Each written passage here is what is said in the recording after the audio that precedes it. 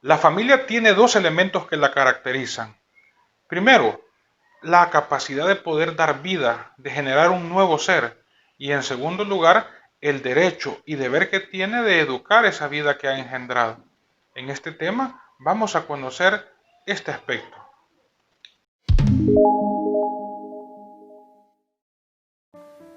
Para iniciar con el tema de la misión educativa de la familia, es importante que nos hagamos una pregunta, y es la base de todo lo que vamos a estudiar en esta temática. ¿Qué es la familia? No podemos hablar de la familia si no definimos lo que es, ¿verdad? Entonces yo les he preparado algunas definiciones aquí para que las analicemos. En primer lugar, la familia es el elemento natural y fundamental de la sociedad y tiene derecho a la protección de la sociedad y del Estado. Esto lo encontramos en el artículo 6 de la Declaración Universal de los Derechos Humanos. La Constitución de la República de El Salvador nos dice que la familia es la base fundamental de la sociedad y tendrá la protección del Estado. Vean cómo aquí tanto la Declaración Universal como la Constitución de la República están dejando a la familia bajo la protección del Estado.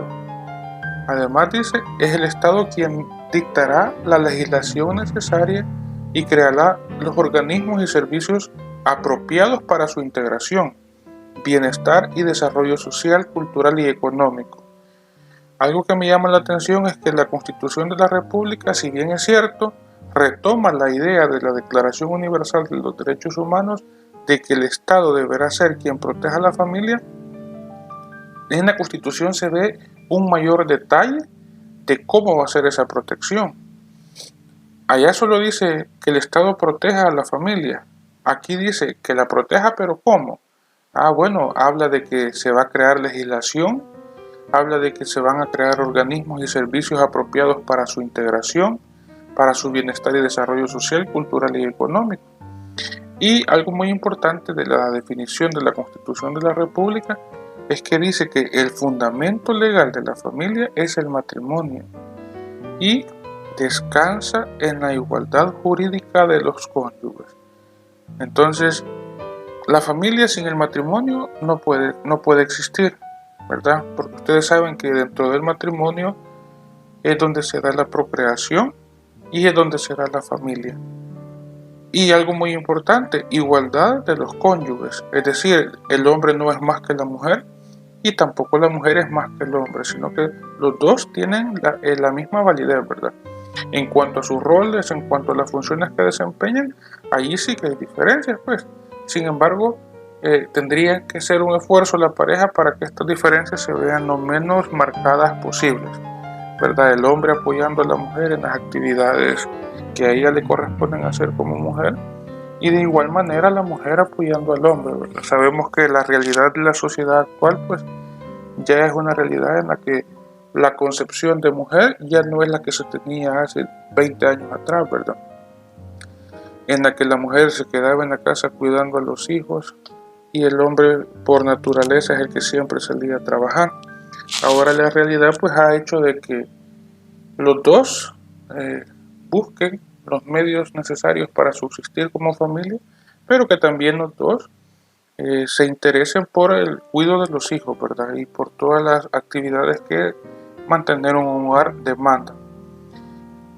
Por otra parte, ya a nivel más religioso, el Papa Francisco nos dice en su exhortación apostólica Evangelii Gaudium que la familia es el lugar donde se aprende a convivir en la diferencia y a pertenecer a otros, y donde los padres transmiten la fe a los hijos. La primera idea que nos deja el Papa Francisco en esta definición es muy importante. El lugar donde se aprende a convivir en la diferencia y a pertenecer a otros. Si ustedes se fijan, en la familia es el único lugar que nosotros nos aceptan tal y como somos por el simple hecho de ser familia, ¿verdad? Ahí en la familia no importa si una persona es fea, si es bonita, si es inteligente, si es un poco faltita, como se dice, ¿verdad? No importa si la persona es enferma o si es sana, no importa sea como sea, en la familia siempre es aceptado, ¿Por qué? Porque en la familia se genera ese vínculo en el que tenemos que amarnos todos, ¿verdad? Y a partir de cómo ese vínculo sea desarrollado en la familia, así es como nosotros vamos a ir desarrollando la capacidad para que nuestros hijos vayan siendo parte de la sociedad, que tengan la capacidad o la madurez necesaria para aceptar las condiciones de cada una de las personas con las que van interactuando. El Catecismo de la Iglesia dice que la familia es una comunión de personas. Comunión, esa palabra es importante. Común, unión. Según la Iglesia, pues cuando dos personas se casan, dejan de ser dos personas y se convierten en una sola. Esa comunión se une, el hombre se une a la mujer y la mujer se une al hombre. Esa comunión que no solo es una comunión de convivencia, sino que también es una comunión de entrega. El hombre se dona a la mujer y la mujer se dona al hombre. ¿Por qué es esto así? Porque son reflejo e imagen de la comunión del Padre y del Hijo en el Espíritu Santo. Uno de los fundamentos teológicos para entender la idea de familia es que, así como del Padre y del Hijo procede el Espíritu Santo, así también de la unión del hombre con la mujer proceden los hijos. Entonces es una idea bastante bonita para entender el concepto de familia.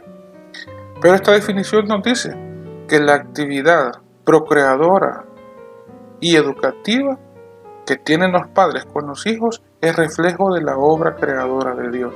Fíjense que qué importante de que esta definición nos habla de que no es solamente una actividad procreadora la que se da en la familia, sino que de esta actividad procreadora depende o va a emanar también la actividad educativa de los hijos. Y es por eso que los padres por naturaleza tienen esa función, esa responsabilidad de educar a sus hijos como, a juicio de ellos, es la forma más correcta, ¿verdad?, para educarlos. Los padres tienen la libertad de hacerlo, pero aparte de tener ese derecho, también es un deber que los padres tienen. Muy bien, entonces así, de manera general, les he presentado 4 ideas de lo que es una familia. Ahora, teniendo ya estas ideas, espero que ustedes puedan hacer una síntesis, un análisis para estructurar su propia definición que contenga los elementos que hemos visto en estas 4. Vamos a pasar a ver, vamos a dejar de lado por un momento lo que es la familia de manera global y vamos a pasar a ver la persona como tal, el ser humano. Lo primero que hay que decir del ser humano dentro del núcleo familiar es que toda persona tiene dignidad. Vamos a entender la dignidad como aquella cualidad humana que depende de la racionalidad y se refiere a que el ser humano está capacitado para cambiar su vida a partir del libre albedrío y del ejercicio de la libertad individual. En el mejor de los casos, este cambio se da para mejorar su situación. La dignidad está vinculada a la autonomía y la autarquía del hombre, que se gobierna a sí mismo con rectitud y honradez. Algo que hay que decir es que a pesar de que el hombre tiene dignidad y que esta dignidad tiene que ser custodiada, también es un hecho importante que este hombre es imperfecto. ¿Por qué es imperfecto? Porque necesita tiempo y cuidado. Es decir, el hombre tiene 2 características que hacen que esa perfección no se llegue a alcanzar al 100%. ¿Por qué necesita cuidado? Porque el hombre es dependiente. ¿Y por qué necesita tiempo? ¿Tiempo para qué? Tiempo para desarrollarse en lo que él quiera llegar a ser. Y es que cuando nacemos, todos somos indeterminados. Vamos a aclarar un poco más estas 2 definiciones. El hombre, ¿por qué es indeterminado? Si ustedes se fijan a la fotografía que les he puesto, ahí hay un bebecito. Ese bebecito, en ese momento en el que está de su vida, nadie sabe lo que va a llegar a ser cuando sea grande. Nadie sabe si va a ser un doctor, nadie sabe si va a ser un ingeniero o si es niña, pues cualquiera de las 2 profesiones que ya he comentado, ¿verdad? Entonces, a diferencia de otras especies, el ser humano es un ser indeterminado por eso, ¿verdad? Porque por la misma potencia y por las mismas facultades que Dios le ha dado, él puede desarrollarse en diferentes áreas y no hay una área en particular a la que ya venga predestinado que para esa viene, ¿verdad? Puede ser músico, puede ser cocinero, no sé, lo que ustedes quieran. Caso contrario, si nosotros vemos un animal, imagínense que yo tengo un huevo y veo que una gallina lo está calentando y revienta el pollito. Ese pollito yo sé que cuando sea grande lo más que va a llegar a ser es o gallo o gallina y de ahí no pasa, ¿verdad? Lo mismo si yo veo que una perra ha tenido cachorritos. Esos perritos yo sé que cuando estén grandes van a ser perros. Entonces ya están prácticamente definidos hasta dónde van a llegar. Mientras que con el ser humano eso no sucede. Un ejemplo bonito para entender lo que es la indeterminación del hombre es hacer un análisis sobre nuestras manos. Si ustedes ven sus manos, ustedes pueden valorar para todo lo que la mano nos sirve. Pero si yo les digo, ¿para qué sirve la mano? Nadie me va a decir, la mano sirve para hacer tal cosa y solo para eso, ¿verdad? Porque las manos a nosotros nos sirven para agarrar, nos sirven para acariciar, nos sirven para contar, para infinidad de cosas, ¿ya? Entonces, así como la mano es indeterminada y no tiene una función particular para la cual nosotros la podamos utilizar, así también es el ser humano en general, ¿verdad? Indeterminado. Entonces, ¿qué necesita el hombre para poder alcanzar la perfección? Pues necesita ayuda siempre, por eso es dependiente. Al principio, así como está el bebecito de la fotografía, ese niño necesita cuidado, necesita amor. Si ustedes se fijan cómo el papá lo tiene en este momento, dándole amor. Pero ¿qué pasa? El niño va a seguir creciendo, pero siempre va a depender de las demás personas para poder ir subsistiendo. Ahora, si nos vamos al tema de formación, es allí donde llega el momento de la educación, ¿ya? Llegará un momento que los padres de familia van a decir, nosotros ya no podemos darle la educación que este niño necesita porque a nivel científico no tenemos la capacidad para poderlo hacer. Probablemente a nivel de moral, a nivel de costumbres, a nivel de cultura, a nivel de ética, los padres de familia siempre a lo largo de toda la vida puedan orientar a sus hijos, pero a nivel de ciencia no. Y es entonces cuando entra la escuela, ¿verdad? Entra la escuela a subsidiar esa desventaja que los padres de familia tienen. En teoría, los padres de familia tendrían que tener la libertad para definir qué tipo de educación académica quieren para sus hijos. ¿Ya? Pero lastimosamente la sociedad en la que nosotros vivimos impide que muchas veces los padres tengan esa libertad para poder elegir si quieren mandar a sus hijos a un colegio o si los quieren mandar a una escuela pública. Entonces, ahí hay algunas limitaciones que considero que las vamos a analizar más adelante, ¿verdad? No en este episodio. Pero sí lo que hay que tener claro es que para que el hombre pueda alcanzar la determinación y deje de ser indeterminado, y que poco a poco puede ir siendo menos dependiente, la educación es clave. Ahora bien, para entender lo que es educación, tenemos que ir al origen. Educar viene del latín ducere, que significa guiar. El hombre necesita ser guiado por otros para perfeccionar sus facultades. También, educar proviene de educere, que significa extraer. Precisamente lo propio de la educación es extraer lo mejor de cada uno, desarrollar todas las capacidades de la persona. Las dos facetas, fíjense bien, tanto la faceta de guiar como la de desarrollar, constituyen o se constituyen como el fundamento de la tarea educativa. Entonces, a medida que se va guiando al estudiante, y a medida que se va extrayendo del estudiante esa capacidad nata que él ya tiene, es cuando nosotros vamos ayudándole a que vaya puliendo su indeterminación y que poco a poco vaya siendo menos dependiente. Entonces, por eso es importante tener clara la idea de educación.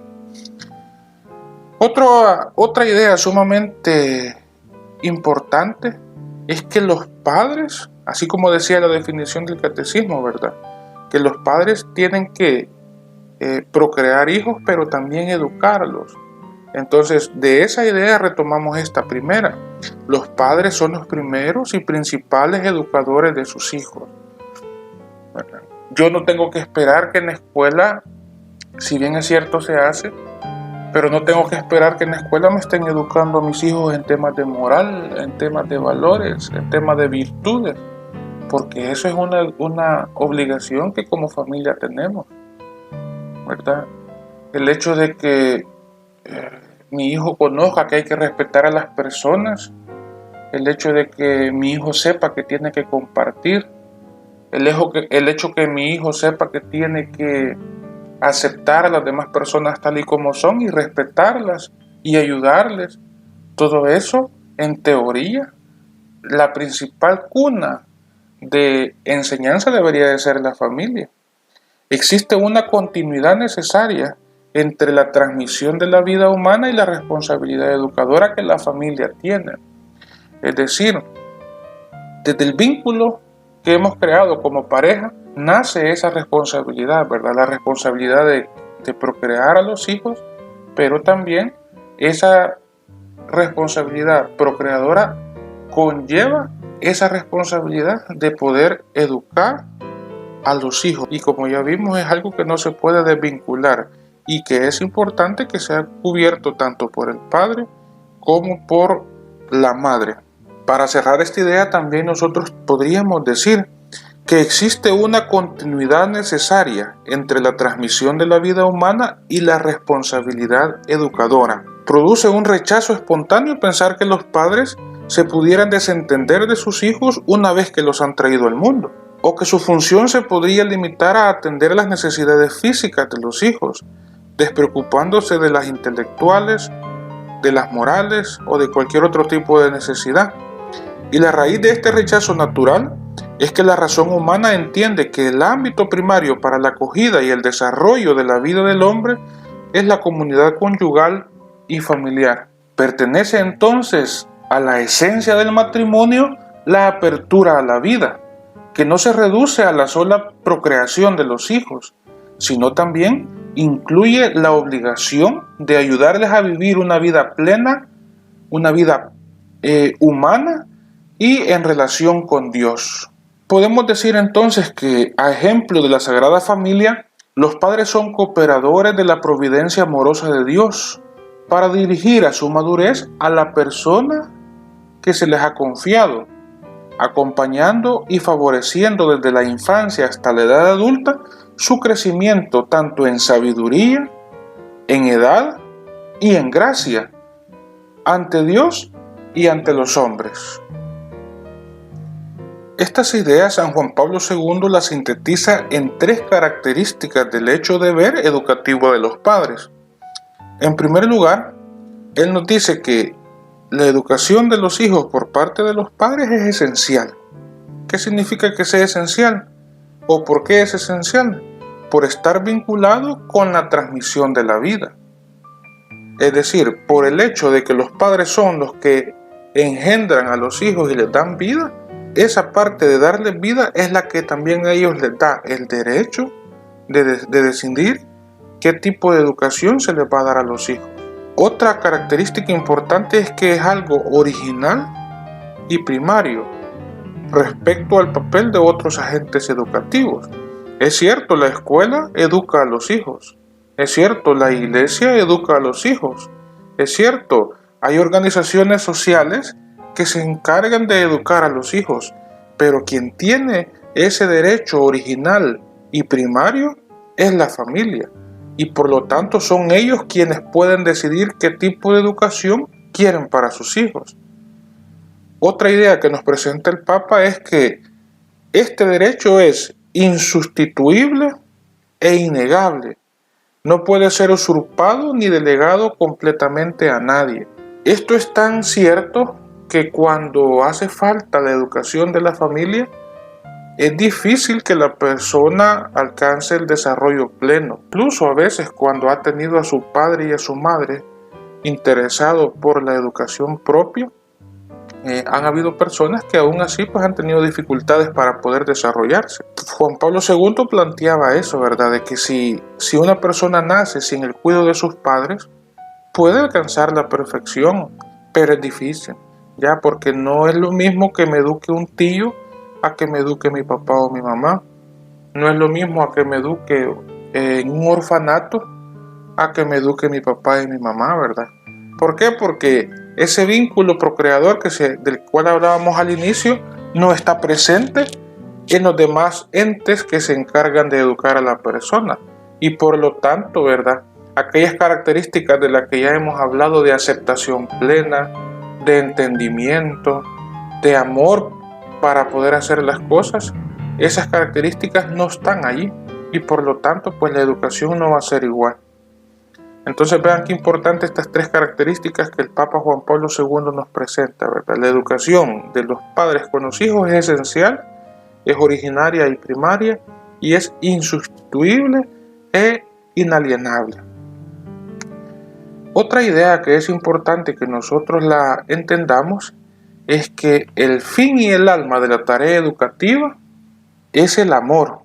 Puesto que el amor es la vocación fundamental e innata del hombre, el fin de la misión educativa de los padres no puede ser otro que el de enseñar a amar a los hijos. Pero ¿cómo llevar a cabo esta misión? La respuesta es simple: con amor. Los padres no pueden educar a los hijos en amor si entre ellos no hay amor. El amor no es solo el fin, sino también el alma de la educación. Por encima de estas características, no puede olvidarse que el elemento más radical que determina el deber educativo de los padres es el amor paterno y materno, que encuentran en la relación educativa su realización, el hacer pleno y perfecto el servicio a la vida. También es importante entender que el amor de los padres se transforma de fuente en alma y que por consiguiente también se pasa a ser norma que inspira y guía toda la acción educativa concreta,